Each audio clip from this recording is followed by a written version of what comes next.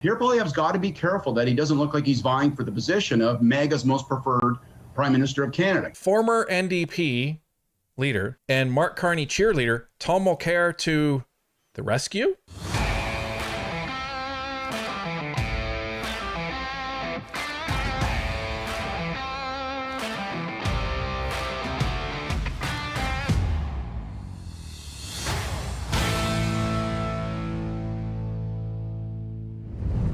These last couple of weeks have been very fascinating to watch. It's been in a way, a complete departure from what Pierre and the Conservatives have been doing for the last couple of years, but there's also been a lot of familiar things that have been maintained. But as it comes down to the direction of where this new campaign is going, a lot of it, I think, rests on the shoulders of the new national campaign manager for the Conservative Party, Steve Outhouse, who we've had the fortune of talking to at the convention. And this, you know, the way he was on Rogan wasn't a surprise to him, but it's interesting to see him talk with mainstream media on what the new direction of the party is going to be in terms of this new approach and this campaign. Because remember, they're always in campaign mode. There's always a plan. The plan may change, but there's always a plan. So this is Steve Outhouse on with Vashi Kapelos that was dropped earlier today. With me now is Conservative Campaign Manager Steve Outhouse. Hi, Mr. Outhouse. Pleasure to see you again. Thanks for making the time. Great to see you too. Strategically, what was the objective going into this trip? Well, I think there's two main objectives, and I apologize for this cold I'm battling, but two main objectives. Obviously, the first one is to be part of the Team Canada approach and to be down south of the border and talking about how it benefits both Canada and the U.S. to have stronger relationships and, you know, tariff-free trade overall. And certainly there's always a domestic, you know, angle to that as well. When you and I last spoke, we talked about how people want to see kind of more range from the leader and different sides of him, and I think that this you know, chance to travel internationally is part of that, is showing different angles of the leader. Was it hard to convince him of that, because it is different than a strategy that was employed, let's say, a year ago? Right. No, I mean, this has been something he's been talking about with members of caucus and members of the team, and now is the right time to do it, and so he was very pleased to do it.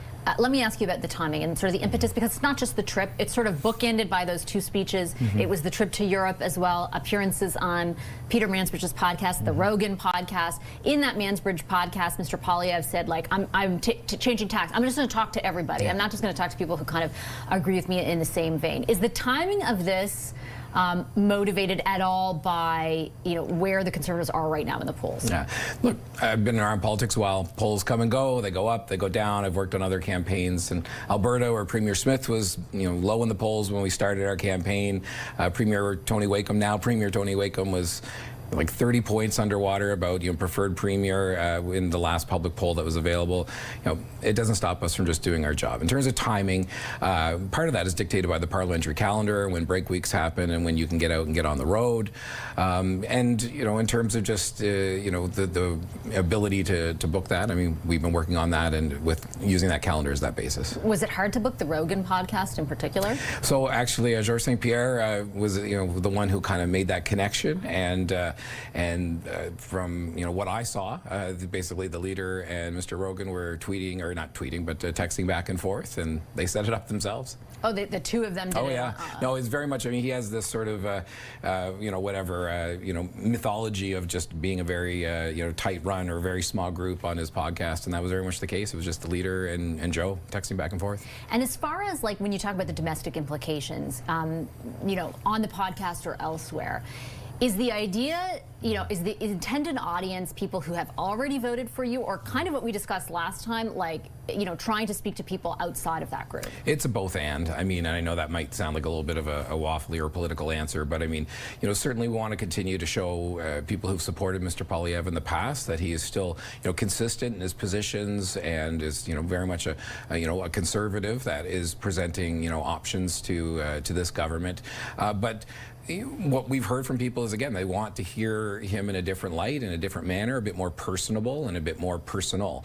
And a 2.5-hour podcast, while fraught with potential peril, is, and for me as a campaign manager, you know, you can kind of hold your breath and you know, hope it all goes well. But he did a great job, and I think it did give a chance for people to see him in a different light. Were you holding your breath at all? And I was sort of talking to you about before, because like you know, Mr. Rogan is someone who is, you know, says wild things all the time, basically, to put it bluntly. And you can contain that in a 10-minute period, even 20, but 2 hours and 23 minutes. Yeah, there's a lot of potential, but I have a lot of faith in our leader, and I knew that he was, you know, prepared and was ready to go in and have a good discussion. And so, yeah, I was very, very optimistic it would go well. Do you think...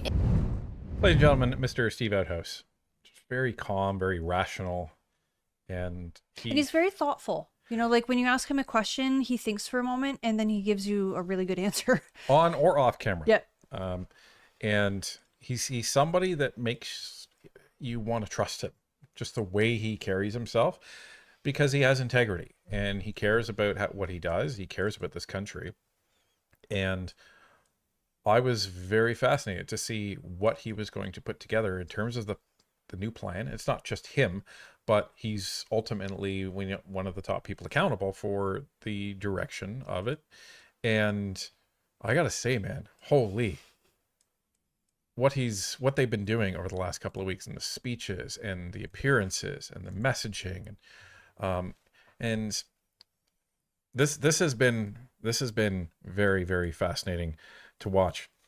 And I think it's going to get even better as we move ahead, because all of this stuff is going to start, you know, crystallizing and landing, and they're going to be refining it. And it's going to also be interesting to see Pierre back in Parliament as well. How is he going to bring these ideas and these policies back? He's not just going to be clubbing Carney over the head with the carbon tax and stuff like that. Affordability, as he has said in his interviews, is still going to be something that he is going to be unapologetically hammering him on. But he can do so now with some of these really big policy announcements and proposals that he's now made in these other countries around the world. And that elevates his status, or at least the perception of him in Parliament, as more statesmanlike. It's no longer the leader of the official opposition versus the prime minister. It's now the prime minister in waiting versus the prime minister. And that's a different type of conversation. And he lets Melissa Lantsman, Larry Brock, Michael Barrett, and all of the other folks in that amazingly strong caucus, those are the wolves that can be let loose. They can really get a little bit more detailed in these attacks on the Liberal government, because they're not going to be the ones that CBC is going to be putting out there and saying, well, you're voting for this guy. Well, the people in the riding are voting for these other people. So this is where we're getting into more of that Stephen Harper approach, where the leaders, the statesmen, the prime minister in waiting, and the team can really be fully utilized. Get out there and just get in the mud, get dirty, prosecute this government. Meanwhile, Pierre's going to be out there saying, this is why we're a good alternative. This is why I have better policies than this guy. And this is why none of these policies are working. And by the way, people around the world are agreeing with me. And you're starting to see this. You're starting to see these articles come out. It was like 2 a.m. We were still up yesterday doing work, which is dumb. And you know what? Sometimes when your brain is like, okay, let's work, you just work. Now, let's hear from Scott Reed, everyone's favorite potty mouth liberal commentator, and Tom Mulcair. And believe it or not, like, I don't need to show you Lisa Ray. She does a fantastic job of her commentary on Pierre's trip, but we don't need that contrast on this one. And you'll see why. This is mind-blowing. The podcast itself, Scott, was 2 hours and 23 minutes. This week when we were talking about it on Power Play, Christy Clark was like, I would never have done that. Like the risk in an interview that long, you know, as someone who would have said yes or no to something like that for a former prime minister, how high risk is a venue in a sort of interview length like that? Well, there is huge risk, obviously, because you're expected to speak candidly. easily, conversationally, but about incredibly treacherous topics with a host who has been known to say controversial things in this podcast. So I do think there's risk here. And I think that Poilievre handled himself well in it. I like the way he pushed back on Trump. I like the way he pushed back on Rogan a couple times. But, you know, take all of this together. I think this strategy of meeting with U.S. leaders, media, business leaders, I think all that makes a lot of sense. But I still think there's a challenge here in his message. And it came through not just on the podcast, but elsewhere. And that is, his core message is, look, we got to reattach ourselves to the United States as fully and as fast as possible. And so when he stood in the streets of New York City and said, listen, my message is that Americans love us, I think that feels a little off to a lot of Canadians. I think a lot of Canadians say, I'm feeling wary. Auto workers, steel producers, farmers. I think a lot of people are saying, just hang on a second. So I think he navigated the pod pretty well. But that core message, I still think needs some refinement. There's real risk. Greg Abbott is an ally of Trump's. Whether you like him or not, the truth is Rogan is rocket fuel for the MAGA movement. And Pierre Poilievre's got to be careful that he doesn't look like he's vying for the position of MAGA's most preferred Prime Minister of Canada, because that ain't going to play with Canadians. Did he watch the same podcast we did? Does he watch Joe Rogan? I mean, Joe Rogan's not like far right by any stretch of the imagination. I know that's not exactly what he said. He called him MAGA or whatever.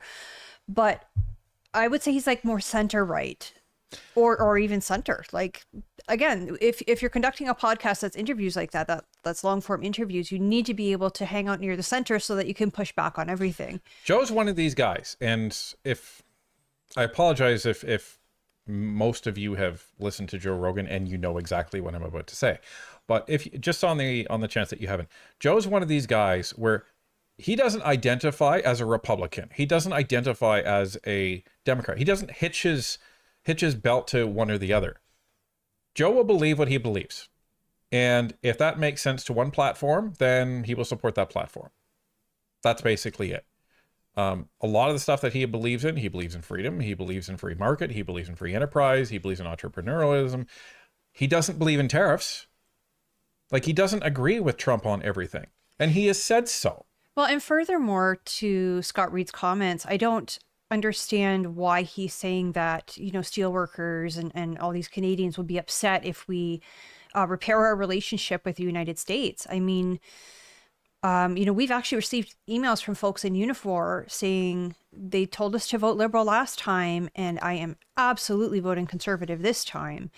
And the other thing is, you might have an issue with the government, but that doesn't mean that the people, like the American people, are bad, right? You might have business owners who voted for Kamala Harris. You can't just say, okay, well, you know, screw it, we're going to sever these ties with absolutely everybody in the country. And I want to focus on one thing here.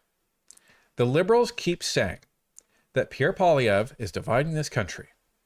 He's the one that is causing so much division. Well, I would like to ask the Liberals and the mainstream media something.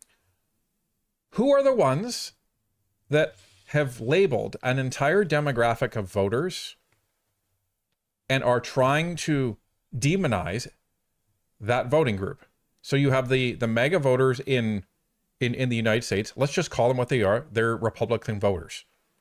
That's what that is.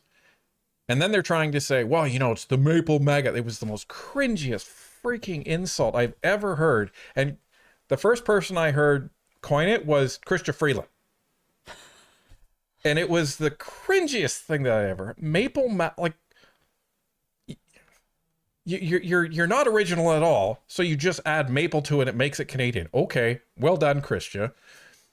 And they're the ones that are trying to say, well, if you vote that way, they're trying to characterize it as a negative. Well, I don't hear any of the conservatives creating this label for Liberal voters. Not at all. Because there's not one in the United States, at least that I know of, and there's not one in Canada that I know of. Well, and furthermore, why is it Maple MAGA to want your country and your countrymen to do well? Why is it Maple MAGA to want to protect your country and be proud of your country. Well, it's like, it's the same question. What is Maple MAGA? Let's just start there. I don't even know what that means. And I don't think any liberal would be able to tell you what that means either. It's just a pejorative. Like, that's nonsense. Now, so Scott Reed just had his temper tantrum. And, well, yeah, okay, Poilievre did well, but this is why, and this is where I'm going to attack everything. Ladies and gentlemen, former NDP leader and Mark Carney cheerleader, Tom Mulcair to the rescue? I understand that point, Tom. And I think like part of what everyone was looking for was the way in which he would respond to Trump specifically in that area, right? And I think during the podcast in particular, like a ton of stuff was thrown his way in that vein. And he, many of the clips that ended up going, being put on social media were him shooting that down. Like he didn't appear to take the bait. I take Scott's point about there's a very different message than the one that the Prime Minister is selling about how permanent this rupture is. But he didn't sort of waffle in like, well, MAGA's a bit right about that or this. I thought he was super well prepared. And for something that was going to last that long, every time he would get to something tricky, like a good slalom skier, just make the right move, slow down just enough, get through it, wouldn't touch some of the obvious traps, was really thinking about what he was going to say. I thought it was an outstanding piece of political communication.